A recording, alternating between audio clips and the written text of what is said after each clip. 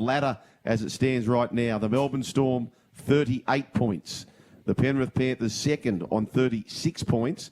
The differential, bugger all in it. There's 5 points between them, plus 169 for the Melbourne Storm, plus 164 for the Panthers. But just with the chances of both teams really resting at the end, I do feel as though Melbourne at the very least could just about clinch the minor premiership with a victory tonight. But it's a big if when you're taking them on. Oh, yes. I tell you what, poor old Rahul, he's got this camera up and he's absolutely trying his column best, right? But we're going to get it done anyway, Scape. Just sit down there, Scape. We'll be right. I reckon you fixed it in under 15 seconds, Sugar. Look, there we go. We're good to go, mate. There we go. There you go, Rahul. He's in the background. He's sweet now. He's kicking the feet up. You should have gave it to Sugar right from the start. Oh, he was trying to stick this camera up. Anyway, we look like we're all good to go here now. Storm, they got the 8-0 win in a low-scoring clash. I can't believe how quickly you fixed that. Yes. If you don't know what we're talking about, when you catch up on the YouTube, you'll certainly see the what happened in all of that. But are we, and this is what everyone's going to be saying, Sportsbet have got $4 for the grand final Quinella, which is these two teams, the Panthers and the Melbourne Storm. Is that what you're seeing on the big day or too far out? I think that's about right. I think that's about the right price for something this far out. You know, obviously crucial injuries to either team can really derail them. I think there are a couple of teams on their day in a preliminary final or even a week one of finals that could cause, these two teams a bit of dramas. Most notably the Roosters. I know they've got a poor record against both these two teams, but they do have a really good roster. So I think that's about right. You know, a number of variables can happen between now and then, so it's not a bad price.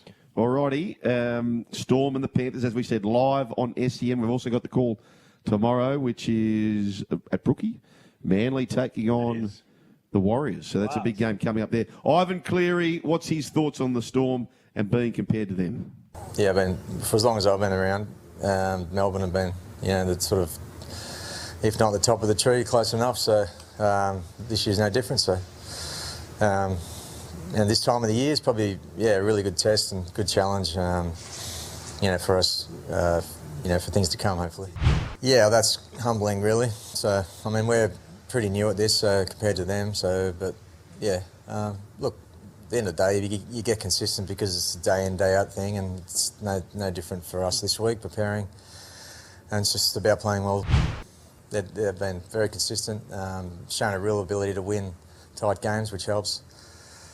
And they've been there and done it and got, great players, very well coached, so they'd be up there. Scopey, just on those comments, and then they're obviously managing what they say as well.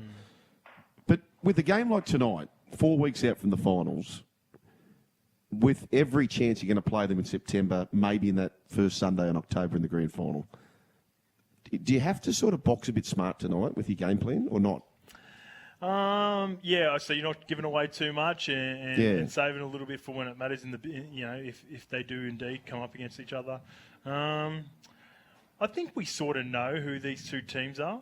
I don't think there's too much that they'll really have to hide. I think there's too much done in the season now with regards to what their identities are either way. So I think both teams will, they've clearly got a structure in the way they play. He's quite an interesting guy to listen to, isn't he, Ivan? Oh. You're trying to think about the mindset, and obviously been very humble, and it's served them well over the years, right? They've been the sort of team that during this period, they have a bit of fun post grand final, as they should. But when it's leading into it, playing it down, humbled by what Craig Bellamy's saying and vice versa. It's all this little mental battle that they play. But for me, an indication of how, sort of petty or spiteful teams can be inside the four walls compared to the way they project it was last year, right? And I bring this example up.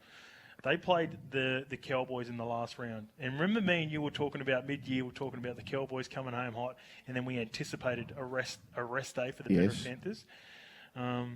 There was a moment when all the Origin players were out and Scott Drinkwater mid-season pointed to Dylan Edwards as he was running over to score the winning try in Golden Point up at Townsville, and I believe that cost the Cowboys the top 8 position. Wow. And just, little things like that where, you say all the right things, but in-house you keep what's important and little things that drive them. And, I just love listening to Ivan. I think he's got... he's learned a lot, obviously, during his time. He's been around for a minute. People forget he was the coach of the Warriors in 2011. Would learn so many lessons in between going there, the Tigers stint. And then also, remember when he got in the war of words with Wayne Bennett there? That's right. In around 2020, 2021. They got a bit of a lesson, I think, in one of those games. And then since then, he hasn't given us anything. No, I think you're right. He's so reserved. He realised that's not his go. That's Wayne's. Wayne knows how to manipulate the media. Yep. He knows how to manipulate presses. And from that point on, we haven't got anything from either. No, you're right. I want to ask you about this, right? So I've studied this for about 2 years now. And if there is a chink in the armour for Penrith, for the last 2 years it's been their right-hand side. Yep. The same side where Ezra Ramam carved them up in that grand final. The right-hand side. Now, just to give you some context, they've let in on the left-hand side 16 tries. 6 through the middle. So you got 16 on the left, 6 through the middle, and 35 on the right. Yeah. So more than double on the left-hand side. Now, what I noticed with Canterbury also have more than double on their right-hand side. Is it too much of a coincidence to think that it might be something, maybe they're happy to concede in some areas or not, because Cameron Serrata, of course, was here at Penrith, or is it just pure, blatant coincidence? It's an interesting one. I probably need to look into that a little bit more. I was watching specifically the right edge of Penrith and how they were struggling. After being made aware of, I wasn't aware of the woes of the right edge until a couple of weeks ago. Mace was telling me about it after they played the Dolphins here. Yeah. And Hamiso Tabuai-Fidow had some joy down the left-hand side. And then I watched Nafe's game closely. I think he's really struggling with his connection with Isaac Tungle in particular. I think those two guys, I always say this, it's always, the best defensive edge that I have had was my time at Manly, and there was no communication needed. It was a feeling. You just knew how each other were going to move. When I'm watching Nathan and Isaac Tungle, one's shooting out, one's not making, Nathan looks like he's on an island sometimes, then he'll make a strong decision that'll be questionable as well. Like, he's just as much to blame sometimes as Isaac. I totally agree with that. So I do believe that Isaac Tungle is a good defensive player. I do believe that Nathan Cleary is a good defensive player. Yep. But if you're a good diver, it doesn't make you a good synchronised diver. Yeah, there you go. Does it? Like they're just not in sync at the moment. They're not in sync, mate. For whatever the case may be. Yep. Both very good defenders on their own accord. So I don't know what's happening there, but teams are most certainly finding it. Here's Craig Bellamy on matching up with the Panthers. Our spine is, probably haven't been at our best, but we haven't had them together, too many games either, So, we got them together last week, so hopefully they'll be able to iron out a couple of kinks there from last week. So again, they're our brains and our talk, in our team. So, like I say, we just want to play to our strengths. We've got a plan, want to stick to it, and then we'll see where that takes us. Okay, I can't wait. I'm so pumped for this, Essie, and we've got the call tonight. Speaking of the spine, halves battle, and what about the spine of these two? I ran this by Fletch yesterday, Scopey. Pappenhausen versus Edwards, Munster versus Luai, Hughes, who's on his way to winning the Dally M, versus Cleary, and then you've got Mitch Kenny, was being spoken about for the New South Wales side. I love Mitch Kenny. And Harry Grant. Yeah. Have you got it a 50-50 split? We did this a couple of I think weeks so, ago too. yeah. Dylan over Pappy, ever so slightly, right now. Yeah, Dylan's the best fullback in the world at the moment. Munster over Jerome? Or is that a tougher one for you? For me, Right now, it's a tough one for sure. I'd probably not have Jerome in front. Yeah, okay. Cleary's got to be in front, despite the fact that Jerome's been the best player in the comp. I agree.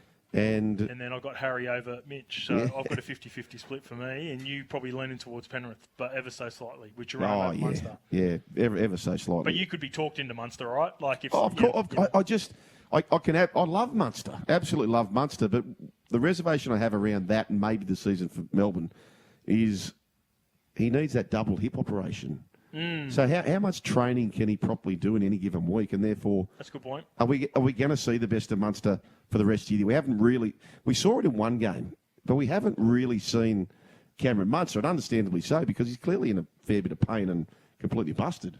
Yeah, it's an awful injury. I haven't had it myself, but I know a few players that have been through it. And you're right, that's the biggest part. When you people on the outside or people that haven't played in the game don't understand how important training reps are and how many you get in. And I think you just need a good couple of. I think for the most part, 80% of the squad are required early on in the week. But by the time you get to captain's run, and then the one before that, which is they call them D1s, D2s, D3s now.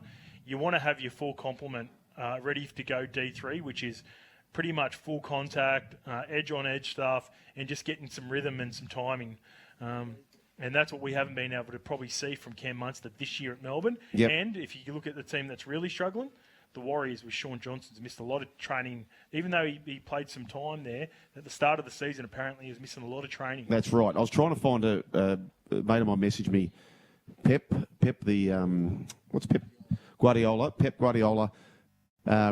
The way you train like a beast, you play like a beast, and vice versa is true. We're going to break more after this.